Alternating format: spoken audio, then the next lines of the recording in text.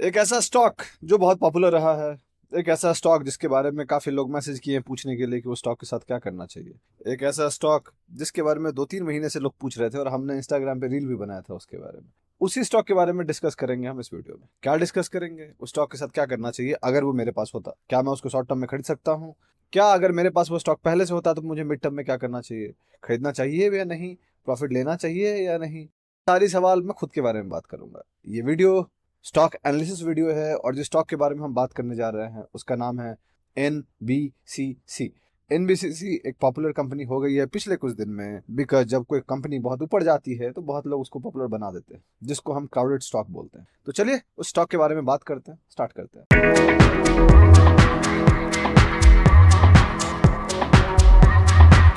कैसे हैं आप लोग? मेरा नाम ब्रज भूषण हुआ और मैं आप लोग का स्वागत करता हूं आप लोग के अपने चैनल पे जिसका नाम है ट्रेड विद भूषण।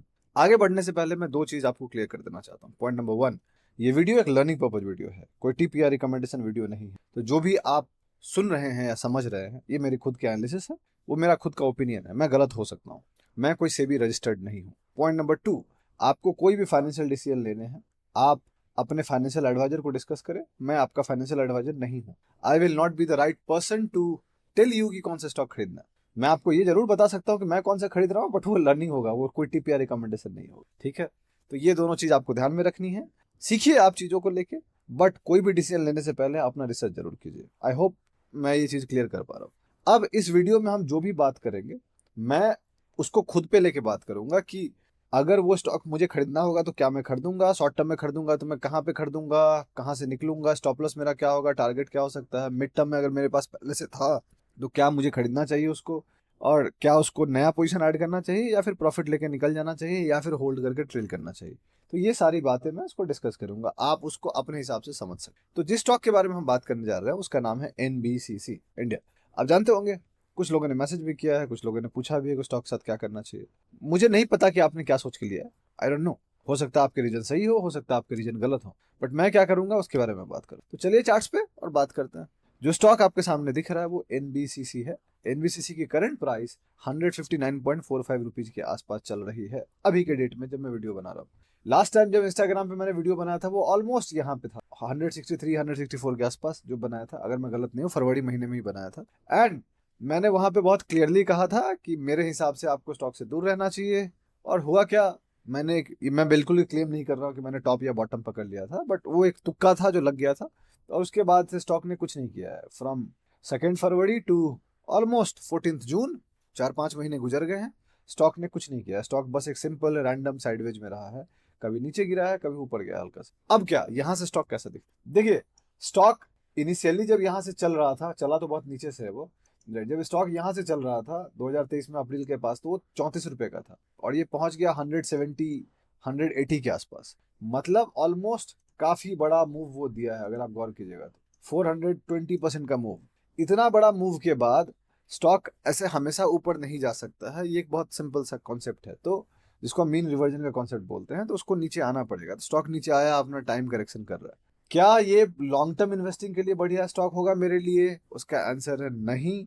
मैं इसको लॉन्ग टर्म के लिए नहीं खरीदूंगा irrespective of the companies out there, क्योंकि लॉन्ग टर्म के लिए लेवल मिस हो चुका है, नीचे था, नीचे अलग कहानी थी, आज के रेट में नहीं है।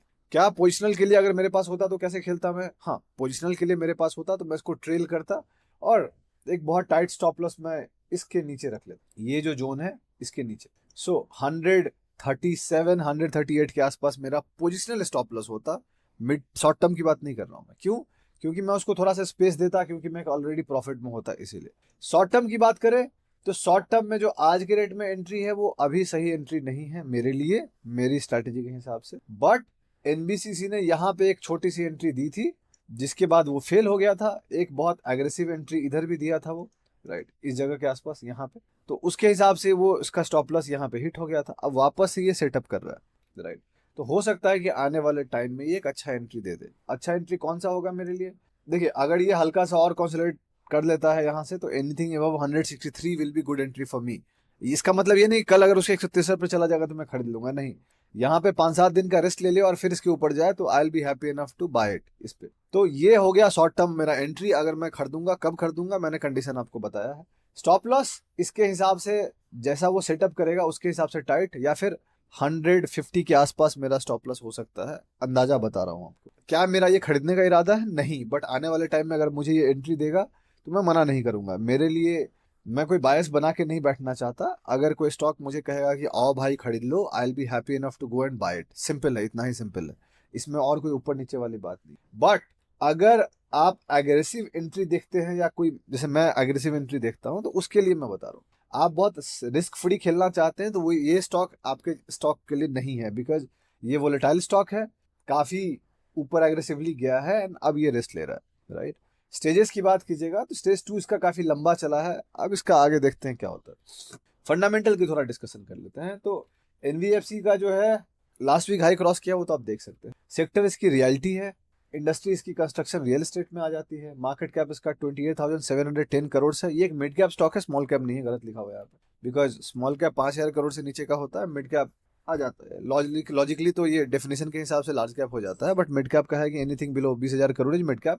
ये 28,000 करोड़ है, मान लेते हैं मिड कैप स्टॉक है। परफॉर्मेंस की बात कीजिएगा तो डेली में 2.8%, वीकली में 14.7%, काफी बढ़ा गया है।